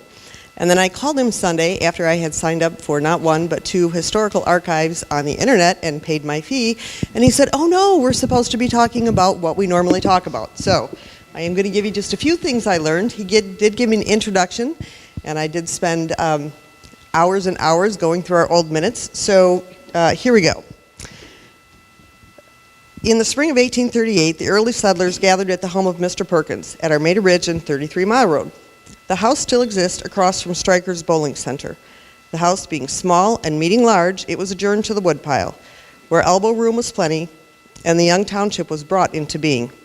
The township was organized and named after the township of the same name in Ontario, New York, at the suggestion of Philip Cudworth, and the first supervisor was Hiram Hathaway. A couple of the things that I learned, which surprised me while I was reading over the old minutes, the amount of taxes we collected in 1892 was $10,000. And of that, about $6,500 went toward the school, which just was really surprising to me. It was such a little amount, even though it was so long ago. The elected office in the community that got the most amount of votes by far were the constables. There was approximately 350 votes for the board members, but the constables garnered about 1,450 votes. Most of the things that the township board did in the late 1800s, early 1900s, was to build our roads. That's what most of the meetings were about. They would start at 8:30 at night, and they would be in the village of Richmond Fire Hall or the village of Memphis Clerk's House, and that's what they would do. They would build roads. So, now on to what Keith said we're supposed to talk about. I just was going to start this morning and thank the Chamber for having this event every year. I think it's a good event. We get to see a lot of people that we don't normally see. And we get to see a lot of people, like for me, that I've known a long time. Didn't realize I've known you all, but it's good to see friendly faces. Also want to thank Keith Ringert, because every year he calls and terrifies me and says, listen, it's time for that speech again. And I say, no, Keith, can't we have our clerk or our treasurer do it or something? Nope. I want to thank the Richmond Area Historical Society as well. I've had the pleasure of working with them on a couple of things this year, and I can tell you that they are a group of very selfless people. We have some pretty neat history here in our area, and they are working really, really, really, really hard to bring it back to life. I don't know if you've been over to the village, but it's pretty cool. You have to at least swing by there. It's a very nice place. Each year when Keith calls, I'm never sure what exactly what am I going to tell you? What has our board done for the year after I realized that's where we were going this year? So we've been pretty busy. As always, I want to introduce our board. I've had the pleasure of working with our clerk, Kathy LaFontaine, treasurer Bob Zalka, trustee Vern Coleman, and trustee Chris DeVos. These are a group of fine and dedicated people who bring a lot of passion and energy to our work, and I feel really fortunate that I get to work with them. We experienced some changes in our office staff, even though small. Our office manager, Debbie Davidson, had left to take on a full-time job. We hired our then planning and zoning assistant, Chris Brickle, as our new office manager, and she's doing a great job. Our deputy clerk and supervisor is Lori Stewart. Our deputy treasurer is Cheryl Zalka, and Jan Cummings is also in our office. We did a few updates to our building this year. We replaced the carpet in part of our office. It was 20 years old, showing some wear, and it was time to replace that, as well as part of the sidewalk. One exciting change, I think, to our township is we have finally gotten a professional sound system. We've done that at the urging for a long time of Chris DeVos. He's on the cable commission, and they keep saying, when are you folks going to get your meetings on TV? So we felt we needed to get a sound system to do so. I would say by far the biggest event that we had this year that the township was a part of was the grand opening of the new EMS Smart building. The building on 32 Mile Road, I don't know if you've all had a chance to see it, but it's fabulous. Jeff and his staff did a wonderful job. It's a great building, it's very efficient, and we did not have to increase our tax millage rate in order to build that. We did tackle some tough issues during the year. Treasurer Zalka had suggested, after reading an article in the MTA, that perhaps our township board wanted to adopt an ethics policy. It was something we did not take lightly. It took us about 6 months to go through, redraft, make more changes, and finally, with the help of our attorney, we crafted a document that I feel holds the elected officials and the township employees accountable to everyone. Clerk LaFontaine also suggested that we adopt every year the principles of government. This is another document by the MTA they put out. We have it hanging in our hall to remind us again what we're there to do. We're there to serve at the pleasure of our residents. We updated some ordinances. We updated our building code. We adopted a new nuisance ordinance and animal control ordinance. Those were prompted by issues we had with our code enforcement. We adopted a new cost recovery ordinance, was spurred on by the Armada Township Fire Department that we deal with. We contract with them. They offered us a new contract that was much different than the old one. Before we did that, we felt it was the right thing to do to update our cost recovery ordinance. We did have our share of issues. We had a couple of residents during the year that brought us some major concerns that they had had over and over. One of our residents, of course, was unhappy with the condition of our roads, and that prompted us to do a pretty healthy study into that. And we have 68 miles of gravel roads in our township. That's a lot of mud in the spring, and a lot of mud in the fall, and a lot of people getting stuck. So called the state of Michigan, called the county of Macomb, and when you live out here and you have all those gravel roads, sadly, you're pretty much at the mercy of them. People can do a special assessment if they'd like, but with the amount of homes we have per mile, it would be a pretty expensive thing for them to do. On the upside, the County Road Commission did assure us that whenever we called them, they would make every effort to get out and grade our roads and get them in better shape. We then had a resident who lived just north of the city of Richmond, who wanted us to see if we could get the speed reduced from 55 to 45. He was concerned about the children that lived by him. This was also a pretty lengthy process and pretty informative. We dealt with the Department of State and again the county. What we learned was this. They will come out and they will do a speed study in that area. They might reduce the speed to 45, but they have every right to increase the speed to 65. So in that manner, we decided to leave it where it was. We did continue to experience good cooperation between our townships and the other organizations. Once again this year, Macomb County Road Commission was good enough to offer us the program of limestoning 3 miles of road in the township. They pay 90%, we pay 10%. This year, our cost is about $24,000. We have, in the past 8 years, put about $200,000 into putting limestone on our roads. While that probably doesn't seem like a lot of money over 8 years, the fact that last year our general fund tax budget brought in about $133,000 to us, it's a fair amount of money. We did have one resident that the day after we allocated our limestone for this year called me and told me how bad his particular road was. So one of our board members works with the Road Commission, and he contacted them to see if perhaps we could reallocate and told them where this new road was. There were some problems as the road that had just been brought up was a dead end, and the county said while they would like to do that, logistically there were going to be some problems. We then called our county commissioner, Don Brown, and I am very happy to report and very thankful to him that he got right on that and he spoke to them, and at this point I'm really hopeful that something is going to happen for those people on that road. So thank you, Mr. Brown.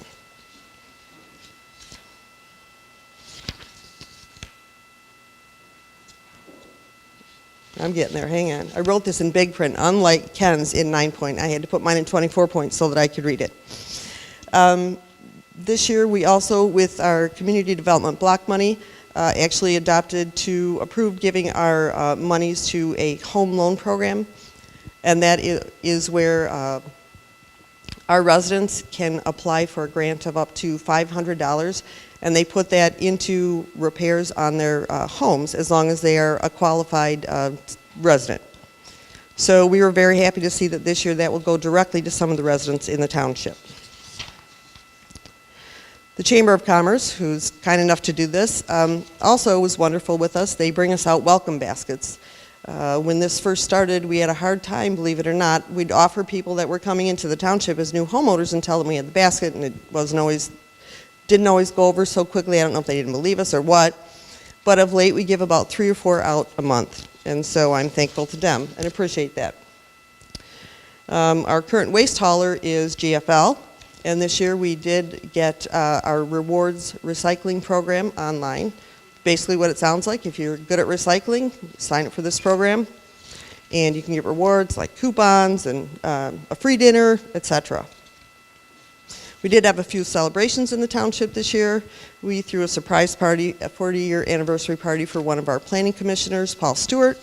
He has definitely served the township well in what is pretty much a volunteer employee. He actually, I think, drives around our township 2 or 3 times a week to make sure everything is as it should be, and we're really lucky to have him. We did have the Richmond Lennox EMS have a couple of different meetings where they swore in some employees at our meetings, which is always exciting. The Township Clerk's Office received new voting equipment. Everyone in the state of Michigan got that. They will be used on that May 8th election, so hopefully everything will go well.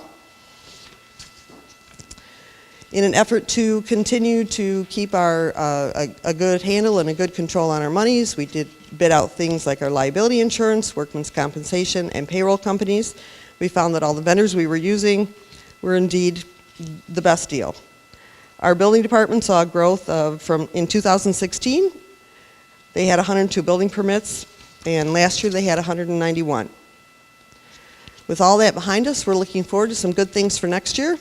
We're going to be updating our website. We have picked a vendor out to do that. We are finally going to get our meetings on NEMC, and we're going to build a board table to do that as well. We have a cleanup day on June 2nd. And as Ron mentioned, we are also starting to deal with the medical marijuana issue. We did have a meeting the other night, which was pretty well attended by about 100 residents. In closing, which I'm sure you're all happy to hear, because as you're sitting up here, you can see all you folks. When the first speaker gets up, everyone's smiling and paying attention, and then everyone's head started going like this, so I know. Anyways, I just want to say thanks again for having us here, and we're excited and looking forward to a good year next year. Thank you. Thank you, Mrs. Grenia. In 1835, brothers Erastus and Henry Beebe traveled on foot from their home in New York State to Cleveland, where they booked passage on the Robert Fulton steamer to Detroit. On foot again, the pioneers made their way north through the wilderness to a settlement in Armada. Traveling along an Indian trail, the Armada Ridge, they came to a junction with the North-South Indian Trail, now known as Memphis Ridge. Erastus decided to create a settlement at that location and returned to Detroit to purchase a land grant. Erastus laid out a plot for a town, sold some lots, and began building his own businesses and a name for himself. That same year, Alexander Beebe, another brother and a good carpenter, arrived and built many strong houses out of the timber in the area. The community became known as Beebe's Corners. Just south of Beebe's Corners, another New York immigrant, James W. Cooper, started Cooperstown. Cooper built a stave mill and Cooper's shop, shipping some of his barrels to New York and Canada. He later added a hotel and 2 stores, attracting businesses and settlers to the area. Further south, along the road Daniel Hall built, was Ridgeway, which really began to flourish when the Grand Trunk Railroad chose to put a depot there. Eventually, the community of Ridgeway was renamed Lenox when they were informed by the Postmaster General that the name was duplicated elsewhere in the state. Lenox grew to a bustling business community around a rail depot with hotel, sawmill, and other businesses. The 3 communities became united in 1876 through the establishment of a community newspaper, the Richmond Herald. The following year, the newspaper was renamed the Richmond Review. In 1879, the 3 communities were incorporated into the village of Richmond. There was a hotel and tavern built on Beach Street by J.W. Whitaker called the Glenwood. It later became the Cook Hotel when it was acquired in 1915 by Charles and Eunice Cook. Just west of the Glenwood was a barn which was used as a livery for the guests of the hotel. The barn was acquired by the Priestep Lumber Company and moved to its property on Beach Street. That barn was recently moved a second time, this time to the historic village, but before it could be moved, it had to be cleaned out. Among the volunteers doing the work was State Representative Jeff Yerrick, City Manager John Moore, and our own Mayor Tim Ricks. Mayor Ricks can't be with us today because he's actually working his final day as an employee of the Macomb County Road Commission. He was first elected to the City Council in 1995, 23 years ago, and has served as mayor for the past 15 years. I want to share with you a couple more interesting facts about the history of Richmond. In 1925, when the Richmond Lumber Company and Mill burned, a company selling fire trucks happened to be in town and helped put out the fire. Because of this, the village purchased from them the American LaFrance fire truck that you see in each Good Old Days parade. On July 1, 1951, Richmond was the only 2 post office village in the United States when the mail centers for Richmond and Lenox were combined. John Moore began working for the city as economic development intern in January 1997. He became city manager in November 2004. So he's been employed by the city for 21 years, with 13 of those as city manager. Here to speak on behalf of the city, City Manager John Moore.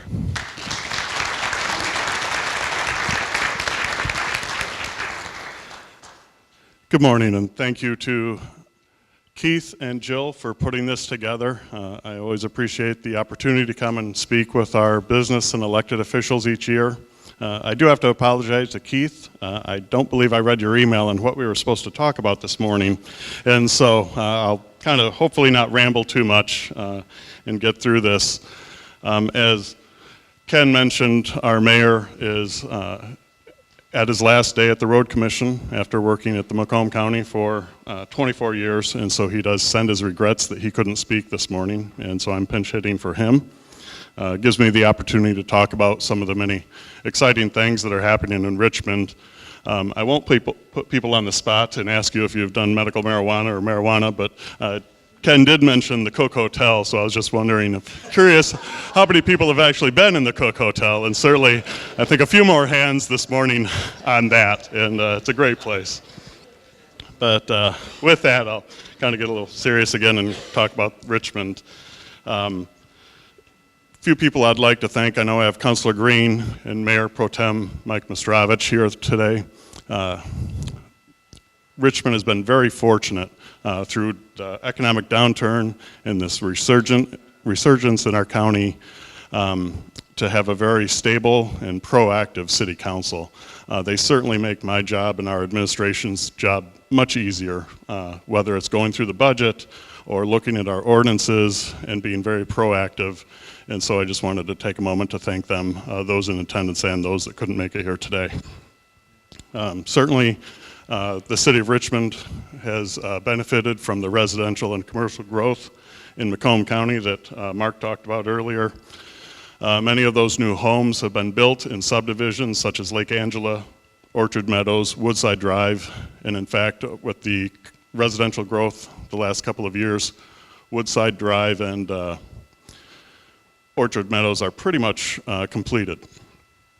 The Planning Commission this year has completed a conceptual review for the West Richmond subdivision, which is a 25-acre parcel off of South Forest at the end of Woodside and Diane Lanes. This would be 25 acres of single-family residential homes, 58 of them once they get through the approval process that they're working on with our Planning Commission.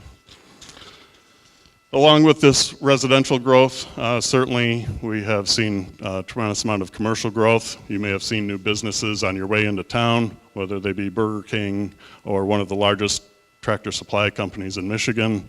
New medical facilities are all coming here to Richmond, but more importantly, and exciting for the city of Richmond, two of our larger commercial plazas are now in local ownership. The plaza that TSC just opened up in has a new owner, Statewide Richmond, out of Harrison Township. We've been working with them. They brought the TSC to a vacant storefront that had been vacant for 15 years. And so it's exciting to have somebody local that we can reach out and talk to, correspond with, versus owners that are out of state and not very concerned about what's going on here in Richmond. So we're thankful for that. Also, last month we just found out that the Lenox Shopping Center on Gratiot, again, local ownership, they just purchased it. They've been into the city of Richmond several times, talking with our building and our planning department, and we look forward to having them submit plans. They have a lot of great ideas, and they're just kind of working through the process now, but we anticipate in the very near future that that center will get another facelift, and new things will be coming there. Along with what's happening down in Muntonville, we have a lot of commercial growth here in the downtown areas. This North Business District, for example, has seen just a tremendous amount of growth in retail. We have a new dress boutique.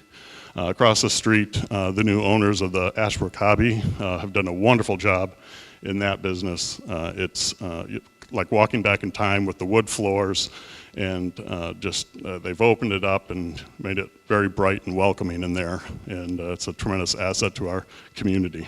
The Michigan Juntiques, which is to the north here, they just opened a second location down by Old City Hall in that downtown area. So we continue to see kind of emphasis on our traditional downtowns.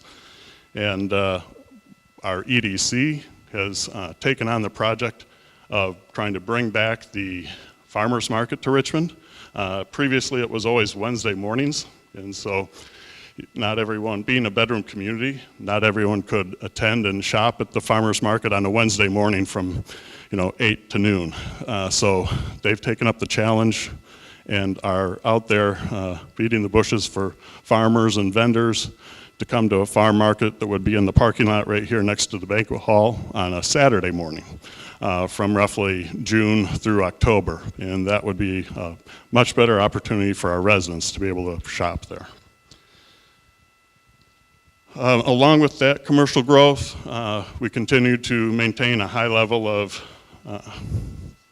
quality of life here in Richmond. Our recreation department and library departments have programs year-round for all age levels. Our library surprised us with coming up with a puzzle competition where teams of 2 to 4 people put together a 500-piece jigsaw puzzle, and it's just been a tremendous success. They sell out every time they have it, and that's just one example of some of the creative things they're doing.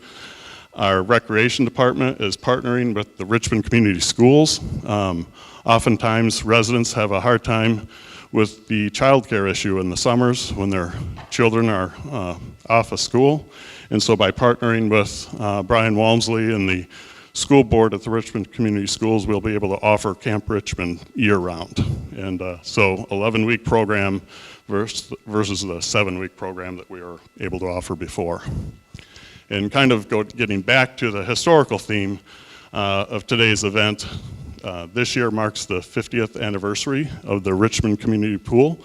It was opened in June of 1968 to provide a safe place for our area youth to learn to swim. And so we're taking kind of this whole summer to have a series of events that will kind of celebrate the 50th anniversary and also recognize those people that volunteered their time to raise money and the businesses that donated services to build that pool. And many of the people that are on the Historical Society and Dr. McClellan that's sitting out here in front of us were an integral part of that volunteer effort that really created a great community asset for our Richmond here and the youth. So they should be commended.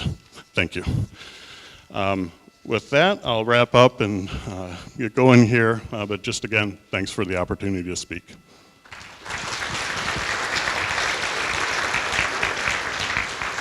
Thank you, Mr. Moore. Also with us today, give us a minute of his time, is Macomb County Commissioner Don Brown. Yeah, good morning. I learned something this morning from Ron. I didn't know medical marijuana and smoking weed helps epilepsy. Glad to see your seizures have stopped. It's also good to be with my good friend Jeff Boehm, and thank you for County Executive Mark Hack for coming out to northern Macomb County and and supporting us. County Executive's been very helpful to all of us, and he's been nothing but an asset to us, helping us at the north end get the things that we need. My 7th district at northern and Macomb County has more miles of gravel road than paved road, and Lord knows we need more money for roads, for everything, and we also need more money for limestone, and the County Road Commission has a program for 3 miles of limestone on our gravel roads, and it's being put to good use, and if other communities have need for more, they can certainly get it. Congresswoman Candace Moore, my former boss, now Public Works Commissioner, sent her good man here, Tony Ferlini, who's her right-hand man in the northern end of the county here, and helps us with many things, drainage, clean-outs that were left just fallow for years and years and years and decades, are now being opened up and helping us drain it. And all those things help to improve the quality of life in the north end of the county. So we've got very good county-wide elected officials helping us as we all work together as elected officials at all levels of government serving the same constituency. Treasurer Larry Rock was just recently elected. Again, another good person that's come on board in the county to help us administer our lives and administer the government that our taxpayers are giving us, entrusted us to manage. The county budget's been reduced 6.5% over last year, yet we're still providing the same high quality level of services. The year before that, it was flat. So the trend line of managing your county government more frugally is in a positive trend, and something that hasn't happened in a long time, but not since my tenure. So it's going to continue to go the right way. And So we're going to continue to work together with all of you to get the things done that we need and for the northern end of the county as well as for the entire county, because as Board of Commissioners, we work for everyone in the county, trying to help everyone, raise everyone's boats. I also, as you know, I'm on Congressman Paul Mitchell's staff. Congressman Mitchell couldn't be here today, but he's been working hard in Washington. He helped pass a tax cut that gave all of us a tax cut, and everyone in the 10th district received on average almost $2,300 in tax relief as a result of those tax cuts. He's now in Washington working on an infrastructure bill that's hopefully going to help invest us in America. The countries, we've done a lot of investing overseas and rebuilding other countries where we've been involved in. It's time for us here in America to invest in our own infrastructure, roads, IT, airports, short line rail, all the things that we really need. And they're looking at that right now in Congress, and hopefully that'll get through the House and sent through the Senate and ultimately passed. So we're happy to work with you. You know, Northern Macomb County is a great place to be, and Macomb County generally. Our president is coming to Macomb County next week. He's coming to Washington Township, and he's going to be visiting Macomb County and the northern end of Macomb County, and that's a great honor for us all here as well. So a lot happening in the area. Too much to tell you in such a short amount of time, but I'll be around, and we'll continue to work together with everyone. Thank you very much, and have a good afternoon. Thank you, Mr. Brown.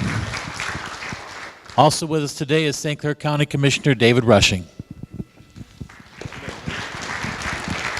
Thank you. I always consider it a very big privilege to be here. We have some amazing people in the room. I've made it every year, I believe, except the 1 year that interfered with my trip to Myrtle Beach. So I really appreciate the invite I get every year. I'm going to only go over two things. With our road commission, we have a unique thing in St. Clair County with the 23 townships. We have a partnership. The county commissioners allocate, and this is above and beyond all the other monies, $900,000. From that, the townships also donate 2.1, so there's an additional $3 million for the roads just for the 23 townships. The supervisors in St. Clair County have an active part, so they actually go out with the road commission and they determine where they're going to put the work, the ditching, and the culverts. Got one other thing, and this is a little history. 1974, I worked for Grand Trunk starting here, ran the big 50-ton crane that went up and down the tracks. I came from Germany in 1972, went to KPAC, and that was in December, where I met my wife, and my greatest accomplishment is marrying my wife. We're working on 44 years. This is where it gets to where Mark Hackle brought up about Macomb Community College. I was a pretty decent runner in high school and got a full-ride scholarship to St. Clair County. Of course, because it was paid for, I flunked out. Our three kids, they started graduating in 1993. All three of our children also graduated from KPAC. Well, at that time, I didn't want my kids to say, well, Dad dropped out, I'm going to drop out too. We told our kids, you get C's or better, we'll pay for your college.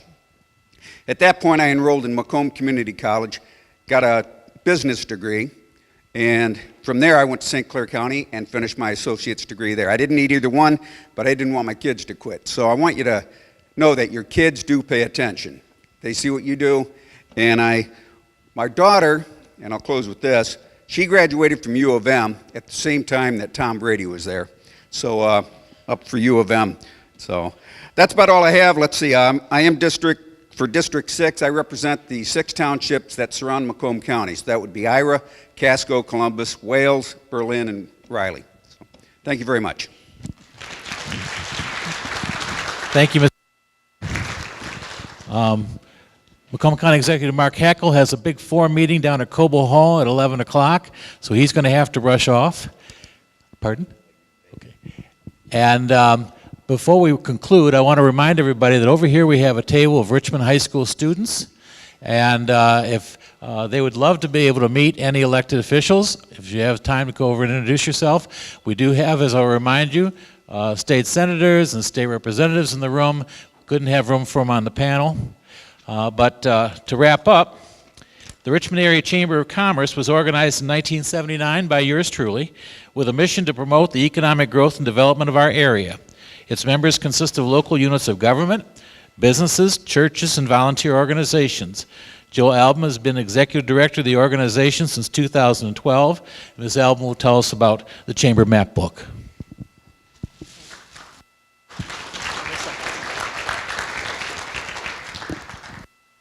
I'll keep it short, I promise. At everybody's table, I have a copy for you. We're very proud of this at the Chamber. We put this out yearly. It's a publication in which we list all of our members, and they have an opportunity to advertise in this. And we have a really wonderful partnership going with our areas that surround us, where we do our welcome baskets. Okay. Where we do our welcome baskets. And it's an opportunity for us as a chamber to let new people moving into the area that surrounds us, which is Richmond area, to see what we have, see what we offer. Our members have the opportunity to participate in this, and we do appreciate our surrounding areas allowing us to bring this basket to them and to their new residents. So if you would like to know a little bit about us, make sure you take one of these with you. This is our brand new book. And I want to say thank you very much for our speakers taking their time out of their busy schedule to come and speak at this event, and also to all of our sponsors, that we couldn't do this without you. And I hope you have a wonderful rest of the day. How's that?